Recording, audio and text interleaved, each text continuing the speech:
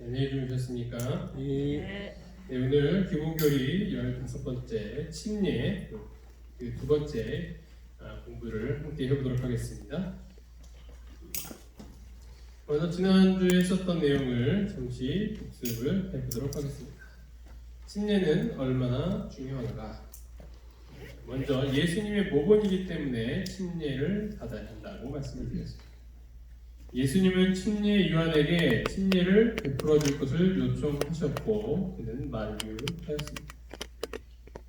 예수님께서는 이제 허락하라 우리가 이와 같이 하여 모든 의를 이루는 것이 합당하니라 라고 말씀을 하시면서 그렇게 침례를 받으셨습니다. 무죄하신 분께서 침례 받으셨으므로 죄인인 우리들은 마땅히 그렇게 하는 것이 바로 침례를 받아야 할 이유라고 할 수 있습니다. 두 번째는 예수님의 명령이기 때문에 우리는 침례를 받아야 합니다.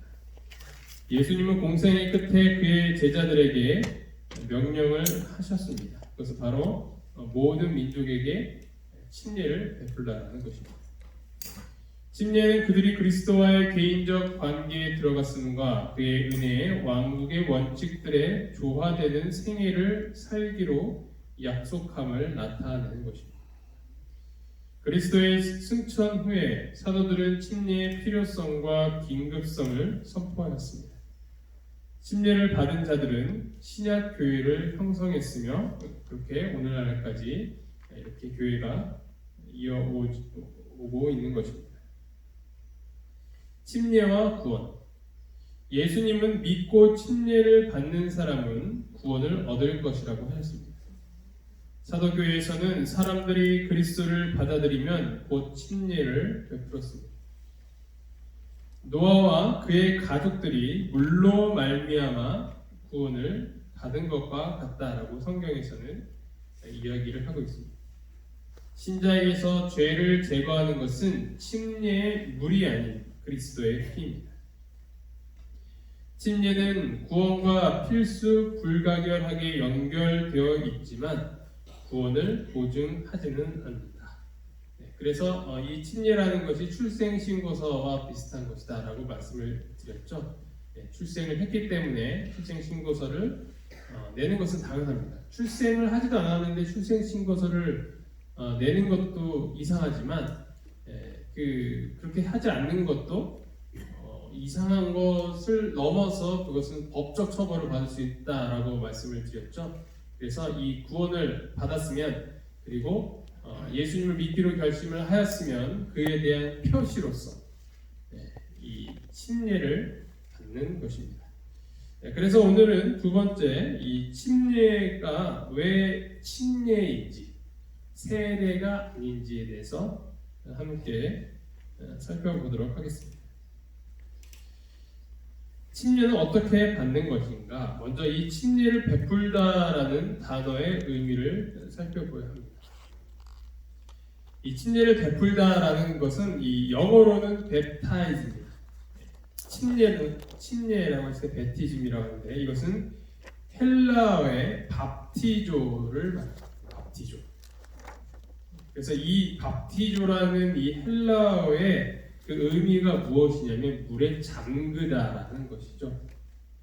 그런데 이 밥티조라는 단어가 밥토에서 파생이 되었다고 합니다. 밥토라는 것은 안에 담그다 혹은 밑에 담그다라는 내용입니다. 이 담그다라고 이제 번역을 하는 밥토라는 단어가 성경에서는 총 3번이 나옵니다. 첫 번째는 누가복음 16장 24절에 나오는데요. 불러 이르되 아버지 아브라함이 나를 긍휼히 여기사 나를 보내어 그 손가락 끝에 물을 찍어 내 혀를 서늘하게 하소서 내가 이 불꽃 가운데서 괴로워하나이다. 이 손가락을 물에 찍을 때 담그잖아요, 그렇죠? 그래서 이때 담그다라는 것이 밥토라는 단어가 사용이 됩니다. 그리고 요한복음 13장 26절에 예수께서 대답하시되 내가 떡 한 조각을 적셔다 주는 자가 그니라 하시고 했을 때 이 떡을 적실 때 어떻게 해야 돼요? 이 스프에 물에 잠궈야 되잖아요, 그렇죠? 완전히 적시고 잠글 때 역시 밥토라는 단어를 썼습니다. 마지막으로는 요한계시록 19장 13절에 나옵니다. 또 그가 피 뿌린 옷을 입었는데 그 이름은 하나님의 말씀이라 칭하더라. 그래서 이 피를 뿌렸다라고 했을 때도 이 뿌린 것이 피에 완전히 적신 때 그것을 이야기해요. 그래서 이렇게 단순히 피를 뿌리는 것뿐만 아니라 완전히 적셔진 그 옷을 이야기할 때도 이 밥토라는 단어가 쓰입니다. 따라서 이 밥토라는 이 단어에서 파생된 밥티조, 이 침례를 나타내는 이 밥티조라는 단어가 바로 이 담그다라는 것이 있죠. 그래서 이 침례라는 것은 이 세례의 의식이 이제 불을 뿌리잖아요, 그렇죠? 뿌리는 그 의식으로서 세례를 이야기하는 것이 아니라 침례를 물에 담그는 침례를 말하는 것입니다. 신약에서 침례를 베풀다라는 이 동사는 다음과 같이 사용이 되어지고 있습니다. 밥티조라는 단어요. 첫 번째로는 물의 침례를 칭할 때 사용됩니다. 마태복음 3장 6절 자기들의 죄를 자복하고 요단강에서 그에게 침례를 받더니 요단강에서 침례를 받을 때 그 모습 그리고 나는 너에게 물로 침례를 베풀었거니와 그는 너에게 성령으로 침례를 베푸시리라. 여기서도 이 침례라는 단어가 밥티조로 사용됩니다. 그 말을 받은 사람들은 침례를 받음에 이날의 신도의 수가 3,000이나 더하더라. 그래서 이 성경에서 이 침례, 우리가 알고 있는 그런 예수님을 믿기로 결심했을 때 받는 그 침례 예식을 말할 때, 그래서 표현할 때 밥티조라는 단어를 씁니다. 두 번째는 그리스도의 고난과 죽음을 표현할 때 이 밥티조라는 단어를 쓰셨습니다. 예수님께서. 마태복음 20장 22절 23절 예수께서 대답하여 이르시되 너희는 너희가 구하는 것을 알지 못하는도다. 내가 마시려는 잔을 너희가 마실 수 있느냐? 그들이 말하되 할 수 있나이다. 이르시되 너희가 과연 내 잔을 마시려니와 내 좌우편에 앉는 것은 내가 주는 것이 아니라 내 아버지께서 누구를 위하여 예비하셨든지 그들이 얻을 것입니다. 여기서 말씀하고 계시는 것은 무슨 사건이에요? 십자가 사건이죠. 예수님께서 십자가 사건에 대해서 설명을 하셨는데 이 마태복음 20장 22절과 23절에 있는 이 말씀에 대한 평행 구절인 이 마가복음 10장 38절 39절에 보면 이렇게 나오고 있습니다. 예수께서 이르시되 너희는 너희가 구하는 것을 알지 못하는도다. 내가 마시는 잔을 너희가 마실 수 있으며 내가 받는 침례를 너희가 받을 수 있느냐? 그들이 말하되 할 수 있나이다. 예수께서 이르시되 너희는 내가 마시는 잔을 마시며 내가 받는 침례를 받으려니와.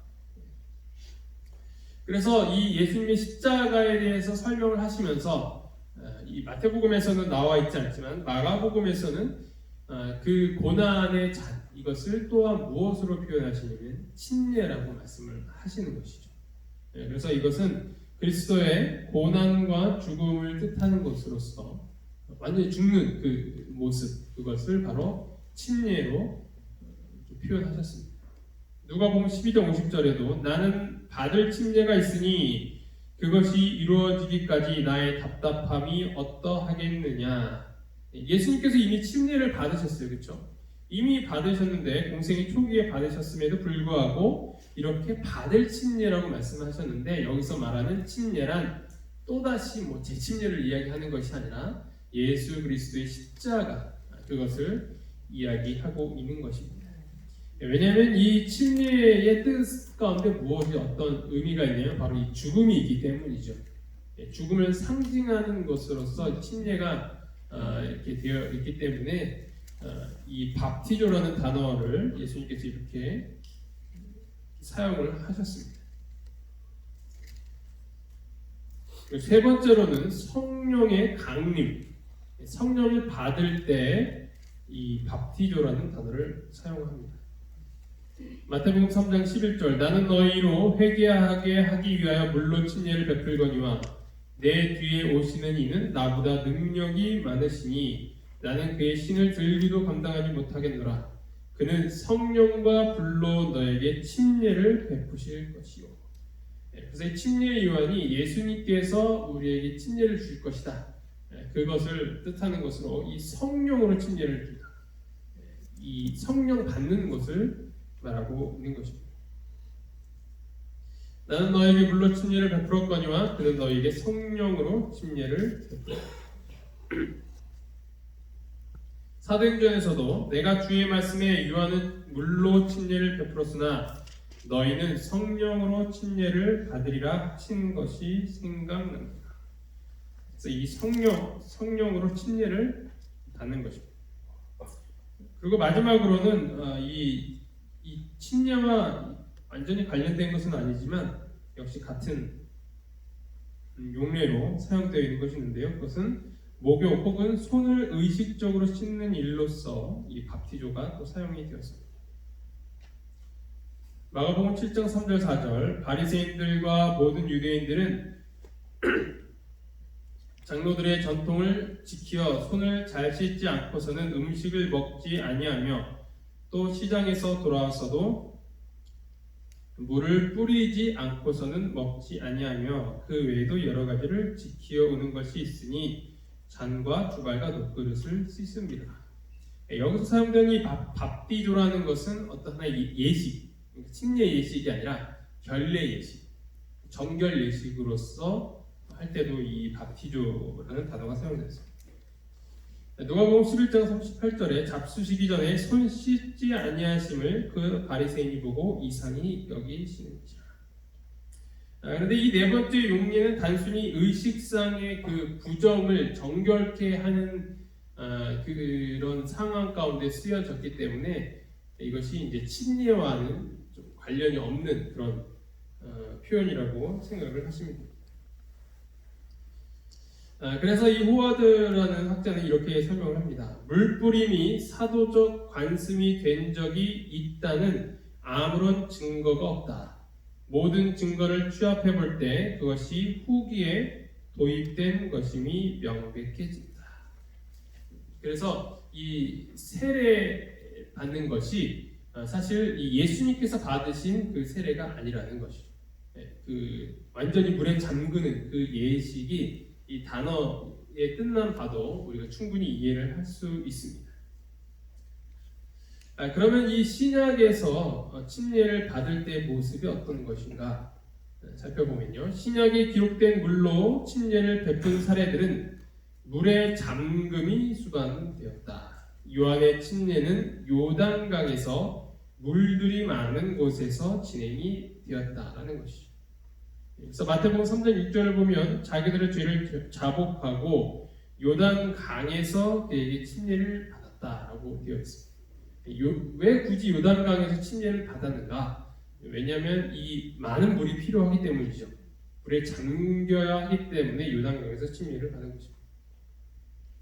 온 유대 지방과 예루살렘 사람이 다 나아가 자기 죄를 자복하고 요단강에서 그에게 침례를 받더라. 요한복음 3장 23절에도 보면 요한도 살렘 가까운 에논에서 침례를 베푸니 거기 무엇이 많다고요? 물이 많습니다. 물이 많기 때문에 침례를 베푸는 것이죠. 뿌리는 세례는 뭐 그렇게 많은 물이 필요하지 않아요. 이 세례라는 것은 물이 적을 때 아마 이것이 도입되었다라고 우리는 추측해 볼 수 있습니다. 실제적으로 역사적으로 봐도 그런 사례가 있고요. 하지만 예수님께서 받으신 침례, 그때 당시에 받았던 이 침례라는 개념은 무엇이냐면 바로 물에 완전히 담그는 그러한 개념의 침례였던 것입니다. 요한은 예수님을 물속에 잠갔습니다. 피는 요단강 안에서 예수님께 침례를 베풀었으며 침례 후에 예수님은 물에서 올라오셨습니다. 마가복음 1장 9절 10절을 보면 그때 예수께서 갈릴리 나사렛으로부터 와서 요단강에서 요한에게 침례를 받으시고 곧 물에서 어떻게 하셨다고요? 올라오셨다라고 하고 있습니다. 물에서 물에 잠겼으니까 그렇죠? 물에 완전히 내려가서 잠겼으니까 물에서 올라왔다는 표현이 가능해지는 것입니다. 마태복음에서도 예수께서 침례를 받으시고 곧 물에서 올라오실새 하늘이 열리고 하나님의 성령이 비둘기같이 내려 자기 위에 임하심을 보시더니 그래서 이 성경에서 예수님께서 침례를 받으실 때 그 모습은 물에 완전히 요단강 물에 완전히 잠기신 다음에 그 다음에 올라오는 그런 것을 볼 수 있습니다. 그래서 이러한 것을 살펴보게 되면 침례라고 표현을 하는 거예요. 다른 이 성경에서 나오는 성경은 다 세례라고 표현되어 있습니다. 그런데 우리 교회는 이 세례라는 단어를 침례라고 읽고 있죠. 사실 세례나 침례나 어쨌든 이렇게 물로 씻는 그러한 이 세례는 물로 씻는다. 세수할 때 그 세자를 쓰잖아요. 침례는 이제 잠그다 할 때 그 침례를 침자를 쓰는 것이고, 그래서 단어 사용에 큰 의미가 없을 수도 있어요. 세례라고 표현해도 크게 문제는 되지 않지만 분명히 우리의 이제 이 세례라는 표현이 뿌린다라는 그것이 강하게 들어있기 때문에 굳이 구분해서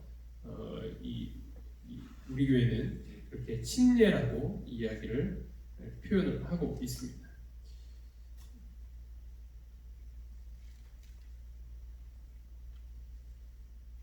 사도교회에서도 보면 물의 잠금으로써 침례를 베푸는 것이죠. 예수님이 돌아가신 후에 이 초대교회에서 혹시 침례 예식으로 바꾼 것이 아닌가라고 추측을 해볼 수 있지만 역시 이 사도행전에서도 물의 잠금으로써 침례를 베푸는 것을 볼 수 있습니다. 전도자 빌립이 구스 네시에게 침례를 베풀었을 때 둘 다 물에 내려갔고 물에 올라왔다고 표현하고 있습니다. 이에 명하여 수레를 멈추고 빌립과 네시가 둘 다 물에 내려가 빌립이 침례를 베풀고 둘이 물에서 올라올새 주의 영이 빌립을 이끌어간지라. 네시는 기쁘게 귀를 감으로 그를 다시 못하니라. 그래서 이 세례라는 것으로 바뀌게 되는 것은 가장 유력한 그런 설은 여러 가지가 있지만 이 로마 군대를 몇만 명을 침례를 줘야 되는데 그 순간 너무 많으니까요. 시간 한참 걸리죠.